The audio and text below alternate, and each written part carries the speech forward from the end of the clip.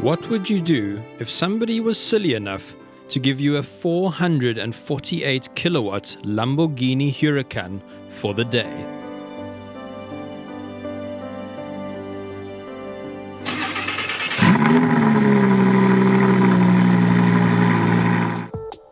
Well, if you live in South Africa, there can't be much better than going for a day's drive around the Cape Peninsula.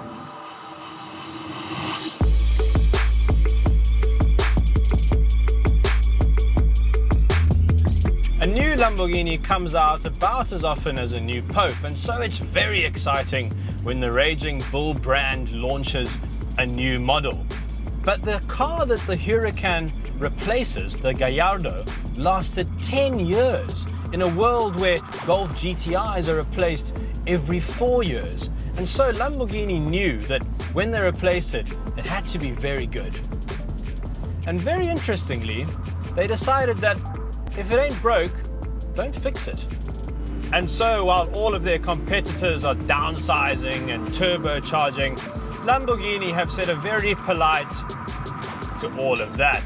And they've stuck with their massive 5.2 litre naturally aspirated V10. The real achievement here is that even though I have this incredible engine snarling away behind my shoulder, the car feels incredibly docile, and that's because of a system called Anima.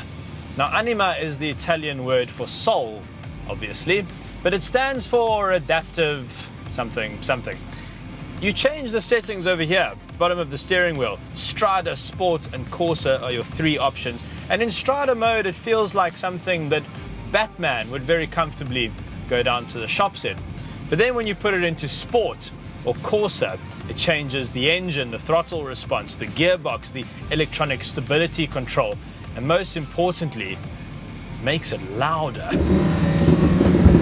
And now that the roads have opened up a bit and we're leaving the urban sprawl behind, listen to this.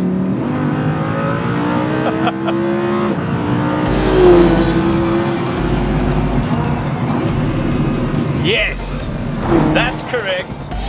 That's what you need from a supercar. Petrol, fossil fuels going into the engine, exploding, massive noises being thrown out the back, bouncing off the mountain, causing noise complaints in other provinces. That's a supercar.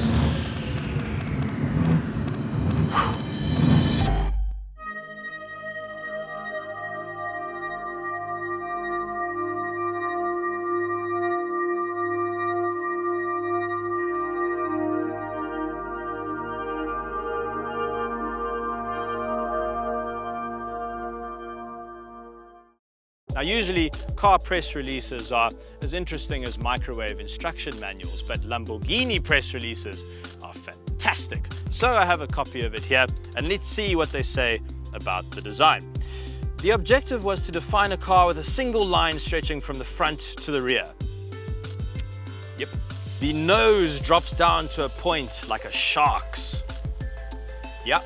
These side windows form a hexagonal shape and are set like a gemstone into the profile of the Huracan.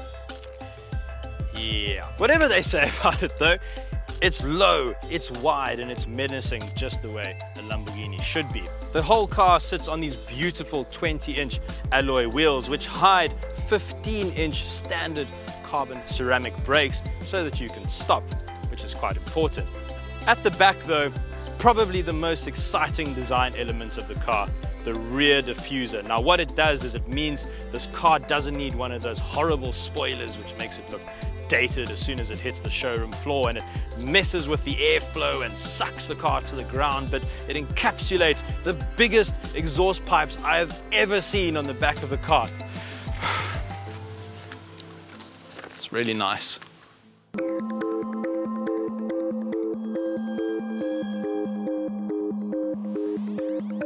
Unless you have 5.5 million rand to spend on a motor vehicle, chances are you may never sit inside a Lamborghini Huracan. So let me take you through it.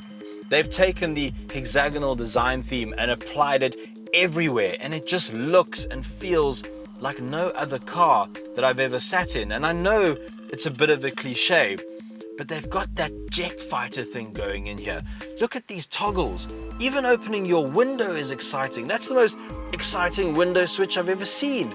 Engaging reverse is like launching a missile, and all the buttons you may need are on your steering wheel. I've got my indicators over here, my windscreen wipers over here, and that's so that there's nothing in the way of these gorgeous flappy pedals. The instrument binnacle is completely digital. You can have your speedo, you can have your rev needle up there, or you can have a combination of your rev needle and your media. It's got a 3G chip which refreshes the frame rate at 60 frames per second so that the rev needle is always completely smooth. And yes, they've stolen the media system from Audi, and all of these buttons are from an Audi, but who cares? Audi does this sort of stuff really well. Rather let the Lamborghini engineers get on with making it loud and fast. But one button that won't be familiar to many people at all, except perhaps a few pilots, is this one. This is how you start it.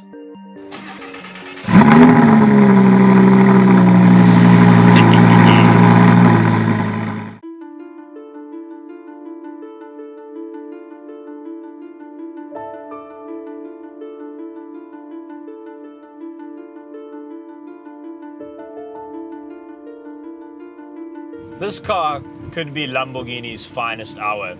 The events are always amazing, but it's very big, very heavy, very powerful, and not the sort of car you'd want to use every day. Whereas with this, you can. And that means that every day you can experience what I've experienced. And the emotions and the reactions you've seen on my face are nothing compared to those I've seen on everyone I've driven past. I've seen cell phone cameras come out in a flash. I've seen jaws hit the floor. I've heard people shout things that I can't repeat on camera, and I've just seen people speechless at the sight of this car. And that's the point. That's the point of a supercar. And they've nailed it.